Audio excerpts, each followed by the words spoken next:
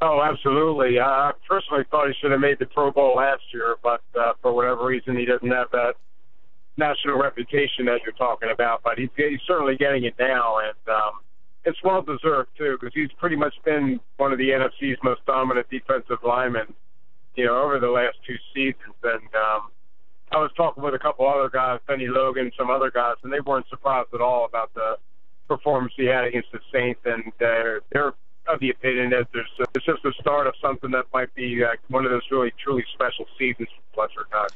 Now, I know you were around for the Reggie White, Jerome Brown, Clyde Simmons, Michael Pitts days, but Fletcher Cox, Benny Logan, are they comparable?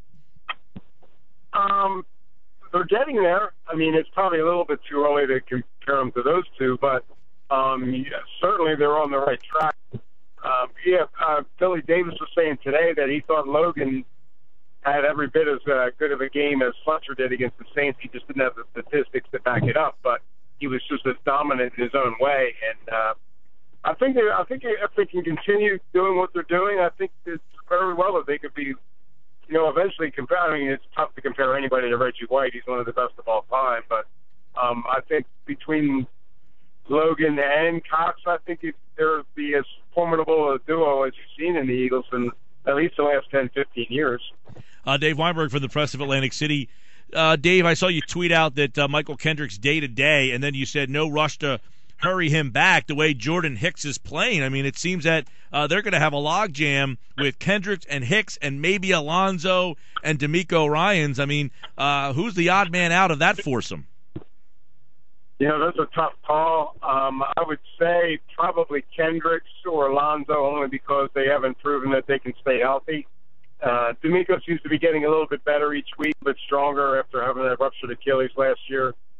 So I would think that it's going to be really hard to keep Jordan Hicks off the field, and he is a three-down linebacker who deserves to be out there based on what he's done in the last three games. So I would think Kendrick's hamstring seems to be continue to be a problem.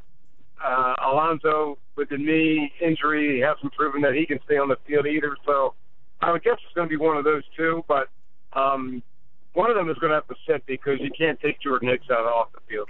Yeah, and I guess that's a little bit of a surprise, but what is it about his skill set that makes him the impactful player that he's become? Because there were people that got him in the third round.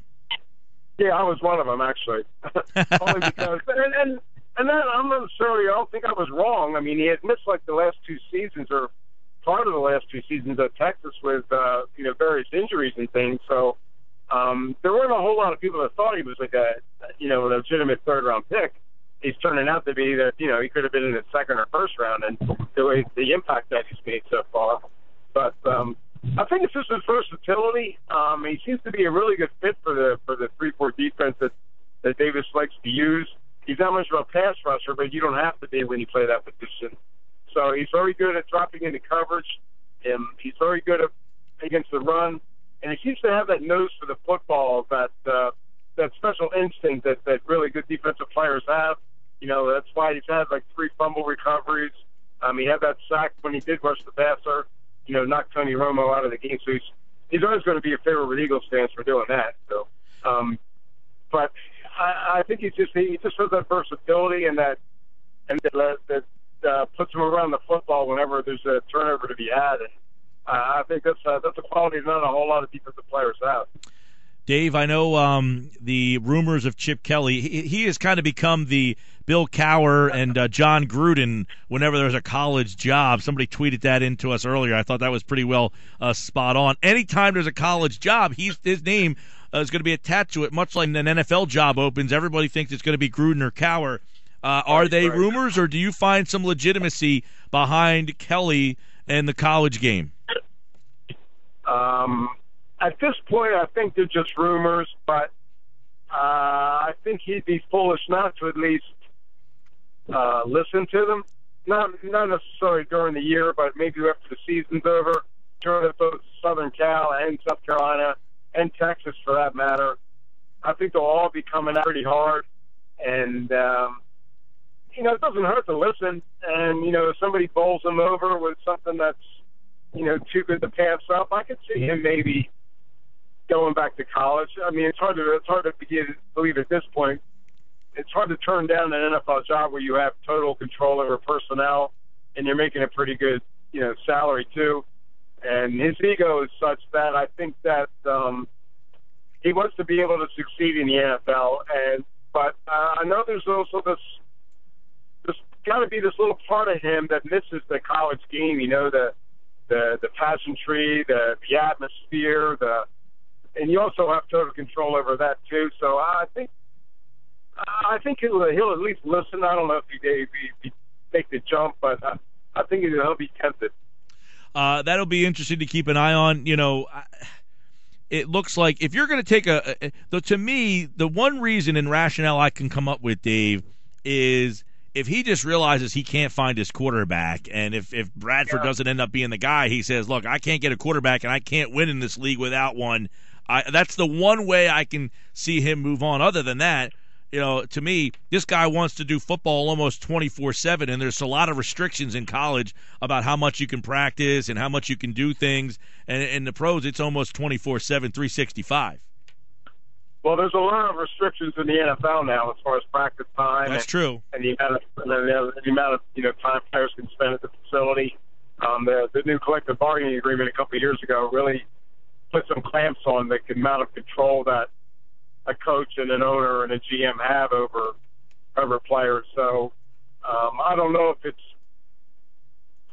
seems like it'd be kind of be equal for the NFL and the college ranks in that respect.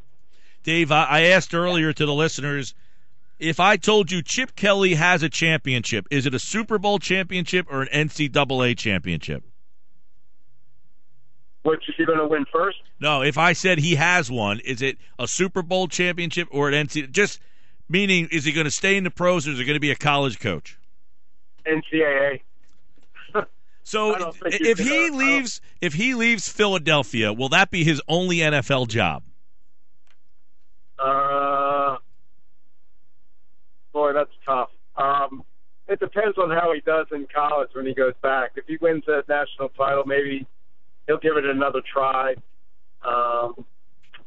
But like Pete Carroll did, where he stood up the Jets and flamed out, went to USC, now he's back in Seattle. I could see Chip maybe following that path, but I don't think he's going to win one in Philadelphia.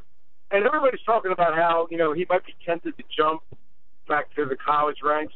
Well, who's to say that Lurie doesn't say, you know what, I gave you the keys to the castle, and you basically threw them in the ocean and didn't win anything for me. You went 10-6, 10-6, and now you're 8-8. Why should I keep you around? There's nothing. I wouldn't be totally shocked if Lurie decides to just part ways to go in another direction. Wow. I don't think it necessarily is going to be Chip's decision to make if the Eagles flame out this year. All right, I know it's 5 weeks in. We haven't seen a large sample size, but will Sam Bradford be the quarterback of the Eagles next year? Oh, boy. Yes. Wow. Yeah, I think that if Chip is still the coach, I think Sam is still the quarterback. I think he's shown a lot of progress in the last 2 weeks, and I think it's more as he gets more comfortable with the offense and more confident, I think you're going to see even more. I mean, he still makes his stupid decisions, but those end zone interceptions are just unforgivable. But by the same token, he's shown an awful lot of ability in the last 2 weeks. Throwing the ball downfield right on the money when he has to. His receivers haven't been doing him any favors by dropping the ball all over the place. But, yeah, I could see him being the quarterback next year, yes. Now, you've seen Foles the last couple of years, and now you're seeing Bradford. Even though Bradford has made some, bad throws, do you still think that this is a better offense with Bradford than it was with Foles?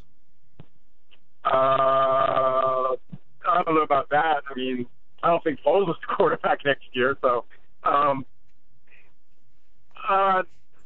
boy, that's tough to say. I think that it was a more balanced offense with Foles because he had other weapons like Deshaun Jackson and Jeremy Maclin to throw to. He had LaShawn McCoy to give the ball to. It seems like there's more Bradford has maybe more responsibility than Foles did. But that's not to say that he can't handle it. I mean, he was the number one pick in the draft for a reason. He won the Heisman Trophy for a reason. So I think Chip evidently thinks that he can handle that because he's given him more power, I guess, so to speak, in the offense than Foles ever had. Boy, I don't. It's hard to say. As of now, I mean, I think the offense was better under Foles because of the supporting cast that he had. Yeah, and we'll see the supporting cast. I know you tweeted out this weekend thoughts on the running back. Why does one move the chain and the other one can't? Do you know Chip Kelly on Monday said we look at the running backs basically as the same player, and I don't even know. I don't call plays based on who's in the game. Is that maybe a flaw? Is that a problem? You would think so. I mean, there's like I had tweeted before. There's no doubt who the best running back is, and it's not DeMarco Murray. Brian Matthews has been head and shoulders above DeMarco as far as production, running style, everything. I mean, he's everything that Chip wanted. The north-south runner who maybe makes one cut, can make guys miss if he has to, but is not afraid to just attack the defense and go over people.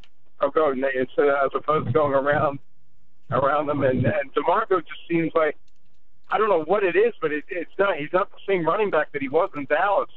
He's more like Sean McCoy almost, just dancing around trying to find holes that aren't there, and there's just a hesitancy to his running game that I never saw before, and I don't know why that is. Maybe he doesn't trust the offensive line. I don't know, but there's no doubt that Ryan is the more productive back, and if Chip doesn't see that, then that's a serious flaw in his judgment.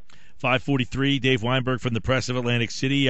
Quick thoughts. They've dominated the series with the Giants in recent past, 11 of 14, both games last year, 27-0, 8 sacks.